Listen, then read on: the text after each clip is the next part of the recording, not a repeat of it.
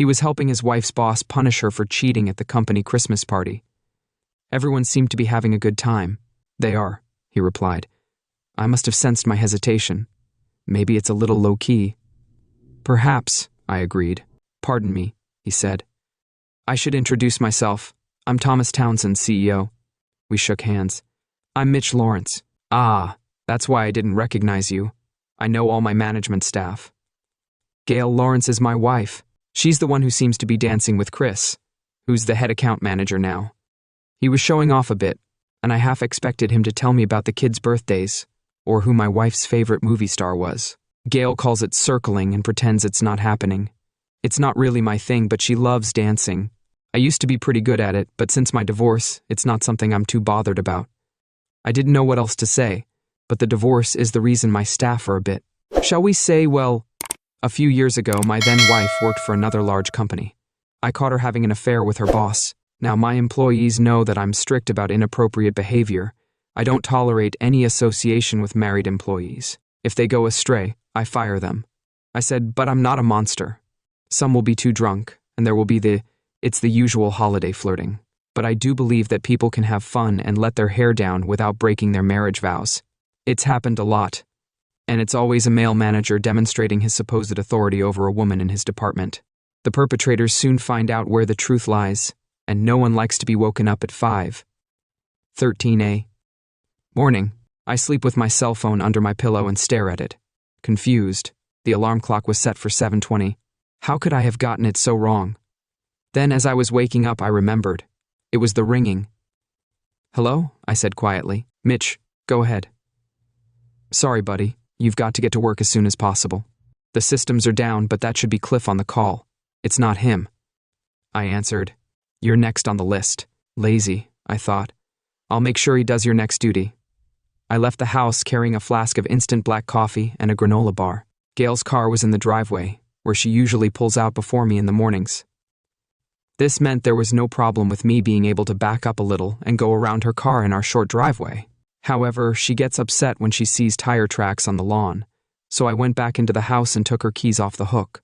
I took the keys off the hook and moved her Land Rover Defender into the driveway.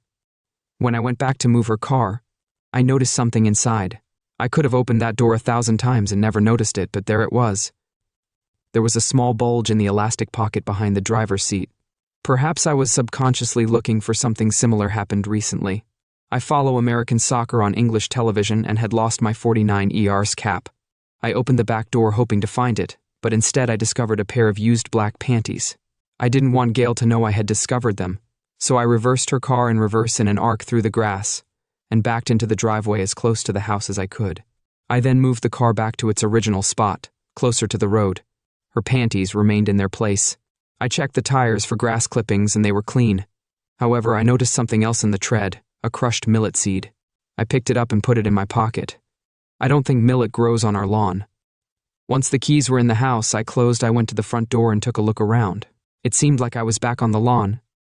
Later that day, after spending a couple of hours on the job, the system was ready to go.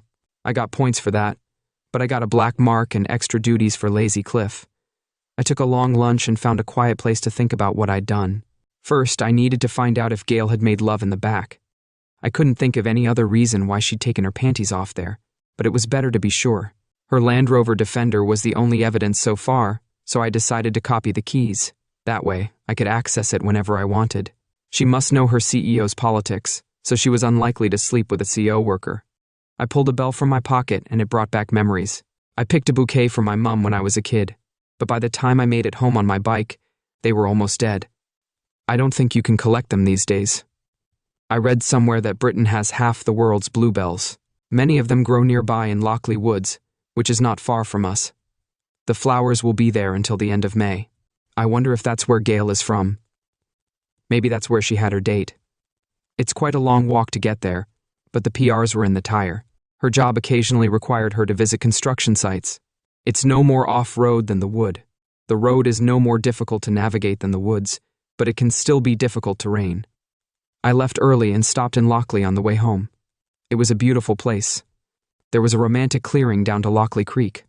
Gail and I had made love here several times back in the days when my parents were strict, and there was no bed. Once, We did it right in the middle of the flowers. It was one of our quickest sessions. It was damn cold in April that year. Had she really brought her lover here to relive those days? I looked at the blue carpet and thought I could make out tire tracks. But that could have just been my imagination. Back home, the first thing I did was check the laundry basket. Gail's panties were in there as well as her black bra. There were no man stains. Did you drive across the lawn again? Sorry, babe. I got called out. I didn't want to wake you up. On Saturday, I drove her into town in my car so I could take her keys. She met a friend for lunch. They were going to see Riverdance, which had been on for the last 2 weeks in our town. She'd stopped asking if I wanted to go with her, so she'd ordered a couple of tickets from Trudy. Afterwards, they'd have dinner and take a cab home. I went to the key-cutting shop and took the keys to the Defender out of the keychain. I looked at the others and one I didn't recognize. Can you make a copy of one of these? I asked, holding out the smallest one. No problem, the guy replied. It looks like a desk drawer. It is. Thanks, I said. On Monday morning, I called Gail at work. I want to have lunch, I said. Are you free? She replied. I have a meeting until 12:15, she replied. How about you come here and eat in our dining room? The food there is really good. I arrived just before 12 and greeted her secretary. Hi, Jane. Hi, Mitch. You're a little early. Gail's still in a meeting. Is it okay if I wait in her office? I'll be bored watching you. File your nails and play with your phone. You insolent little. Get out of here. The desk had 3 drawers on either side of the knee hole. The left ones were all locked, but when I turned the key, I heard the faint clanking of a metal rod in the bottom drawer. There was a stack of folders marked. I didn't touch them. The middle one held a folding umbrella and sanitary napkins, presumably for emergencies, but the top drawer was a goldmine. There were packs of contraceptives, one of which had been opened. On the one hand, it shows she's taking precautions, which may be comforting. To the person who was offended by this, I'm sorry. To the other person, though, they show that she had already planned this, which is no consolation at all. Next to them lay a cell phone and a credit card. Neither of these was one that I recognized. Her regular cell phone had a Hello Kitty sticker on the back. I don't like that animal, and Gail only wears it. To cheer myself up, I noticed the card was a Barclay card, which is our usual one. Our regular cards are MasterCards. We don't even use Barclays. I quickly snapped a picture of the open drawer and, with about 10 minutes to spare, examined the phone. There were only 3 contacts, B, D, and H. B was Barclays Bank, where she seemed to have an account. I also found an online account showing a payment to the Hillside Hotel in Leicester. That's what HD turned out to be. I called the hotel and asked for confirmation of the dates and names on the booking. I read out the Barclay card number. This is Mr. and Mrs. D. Lawrence. Next Thursday the 18th for one night, is that correct, sir? Absolutely. I just wanted to check before putting the phone away. I checked the photo icon and saw 3 short clips. One showed the very spot where Gail and I had made love all those years ago.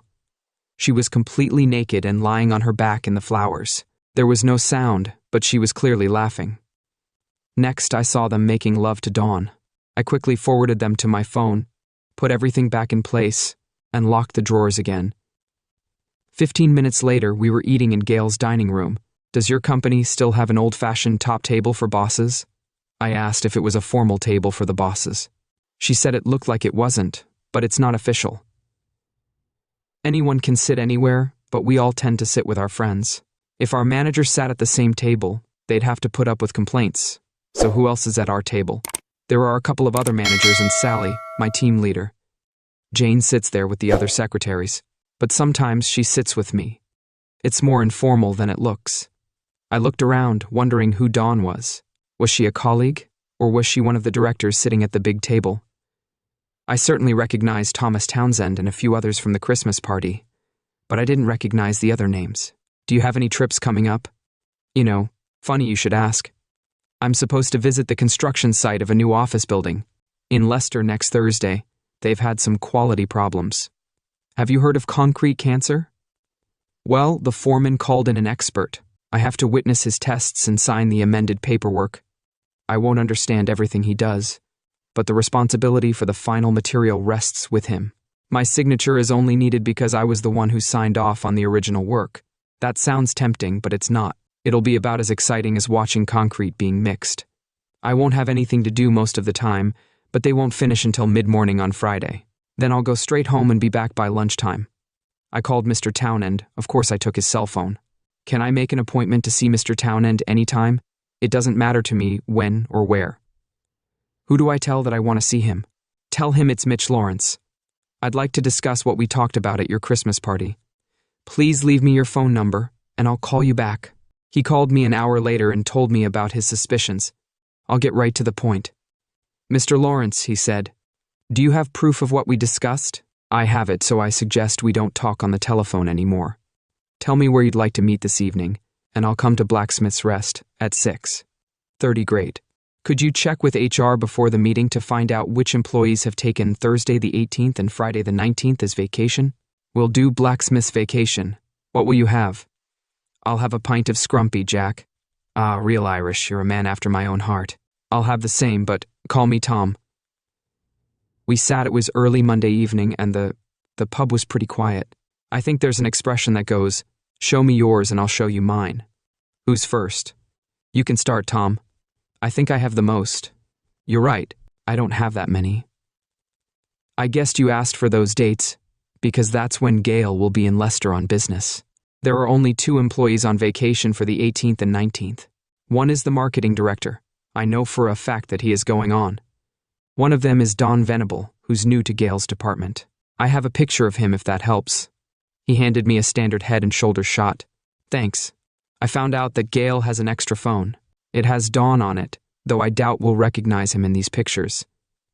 I showed him 2 movies of him making love to my wife. I don't think it was necessary to show her in Bluebells. He frowned. I was surprised. She booked herself a hotel in Leicester. We don't use company credit cards, although I see now that it's a loophole that makes it easier to cheat. I showed him a picture of Gail's desk drawer. Is that her desk? Do you know how old Don is? Our file says he's 19. Do you intend to divorce her? Yes, but if she loses her job, I'll be held up on alimony payments. I need your help. I'll do what I can on Thursday at 8. At 8 a.m. I was in Thomas's office. Did she leave on time? Yes, she left early for the airport. I'd planned to disable her car and drive her myself, but that would have made things too difficult. I didn't need a copy of her car keys, but a trip to the key-cutting shop paid off. Did you manage the diversion? I found an extra cell phone in her overnight bag while she was in the shower. I didn't want her to notice anything, so I took the battery out, then I did the same. He said that he'd arranged for her to take a cab straight from East Midlands Airport to Leicester. He didn't think it would worry her if she did find out about it, but it shouldn't affect her ability to do her job. Thomas said that he'd also told the foreman at the facility to introduce her to the major players and then send her to the hotel for lunch. Her main tasks will begin this afternoon. The hotel has agreed to let her into her room as soon as she arrives. She will be informed that she must call your cell phone at 1 p.m. I'll be in touch again at 1 p.m. They'll give her your number in case she forgets it. I suggest you disconnect it before then. That's a great move. My number will be saved in her contacts and she won't be able to access it. I also managed to slip a couple of private messages into her bag. Oh, tell me about it. It's fun. I replied, they're not that personal. I took off all her underwear. Although she'll have to find another partner when Dawn doesn't show up and I left half a dozen printed out pictures from those movies I showed you, she'll figure it out. I didn't mention that each picture had a Preston Bell attached to it, so barring socializing with young Venables, we're all set. He'll be here shortly. You wanted to see me, sir? Yes, Don. Have a seat, the CEO said. I'm sorry to ask you to come in on your vacation, but I needed your help. Do you have something planned? Actually, I'm late for a train, but I can catch a later one. Mitch Lawrence, this is Don. Don nodded at me, and his face went pale. You can consider anything he tells you to do to be my. If you refuse, you'll be dismissed immediately without recommendation. I'll come with you to my house. I have a dozen large flat boxes there that I need you to help me pack. You'll also need to tape them up. I have your pictures. You'll put one on the top drawer of each box before you seal it at 11:30. The movers will come and take everything to the warehouse, then I'll bring you back here if you keep quiet. Mr. Townsend will probably let you keep your job, all right? I'm very sorry. I'll pass that on to you. I said from now on, shut up. I had intended to put a crushed bell on each photograph, but I did not inform either of them. If Mr. Lawrence is satisfied, Tom said you will start work again. With a 3, there's a 1-month probationary period. Mrs. Lawrence won't be your supervisor. I had lunch again in the staff dining room, this time at the top table. A few people who knew me threw favorable glances at me, but who cared? Back in Tom's office, I turned on the phone at 1:01. There were 2 recent missed calls on there, presumably from her hotel room. It rang. "I'm guessing what it's about," she began. "So you've already unpacked?" "Yes, I've gathered. All your stuff from home is in storage. It's waiting for you to tell them where to send it." "You idiot. You're getting a divorce, right?" "I don't think so. Gail, you can come by tomorrow and check if you have everything, but then leave. Wait while I put my buddy Tom on the phone." "You're on speakerphone, Mrs. Lawrence. This is Mr. Townsend. I borrowed your husband's phone. Do you understand?" "Yes, Mr. Townsend." "Good. I've seen photographic evidence of your husband's infidelity. That's more than I need to fire you, but I've decided to make you an alternative offer. You're to return from your trip to Leicester tomorrow and clean out your desk. You're to report to our branch in Aberdeen on Monday morning. I suggest you travel there by train on Sunday. We will compensate you for a week's hotel accommodation. After that, you're on your own. Do you understand?" "Yes, Mr. Townsend.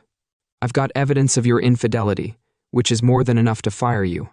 However, your husband has asked me to make you an alternative offer. You're coming back from your trip to Leicester tomorrow and cleaning out your desk. You're reporting to our branch in Aberdeen on Monday morning. I suggest you travel there by train on Sunday. We'll compensate you for a week's hotel accommodation. After that, you'll be on your own. Do you understand?" "Yes, Mr. Townsend. I know it's not every day you hear divorce terms from your CEO, but here they are, no alimony and 1/3 of the value of the marital home. Mr. Lawrence has promised to put it up for sale and sell it as soon as possible. If you accept, you can keep your job at the same salary. If you don't agree, you'll be fired without references. Think it over." I agreed on the way home. I stopped by Lockley Woods, but I didn't pick a single bluebell.